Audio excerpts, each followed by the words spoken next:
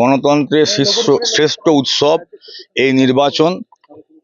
আমরা সকলেই চাই শান্তিপূর্ণ ও অবাধ নির্বাচন। আপনারা দেখতে পাচ্ছেন পরিবেশ অত্যন্ত শান্তিপূর্ণভাবে ভোট হচ্ছে।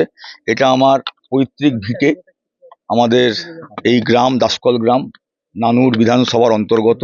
প্রত্যেক বছর যেমন আমি সকালবেলাতে সেখানে ভোট দিই এবং এখান থেকেই আমি আমার লাভপুর বিধানসভা কেন্দ্রের আমি তৃণমূল কংগ্রেসের প্রার্থী। আমি এখানে আমার নিজের ভোট দিয়ে তারপরে আমি আমার বিধানসভা ঘুরতে শুরু করি।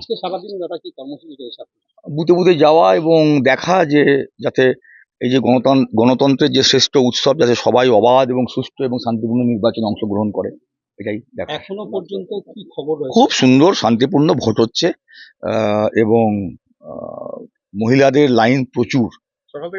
এর থেকে আর বেশি এখন কিছু বলবো না, যেহেতু নির্বাচনের বিধি লাগু আছে। শুধু এটুকু বলতে পারি যে মহিলাদের উৎসাহ উদ্দীপনা চরম পর্যায়ে, যেটা আমাদের কাছে আশীর্বাদ।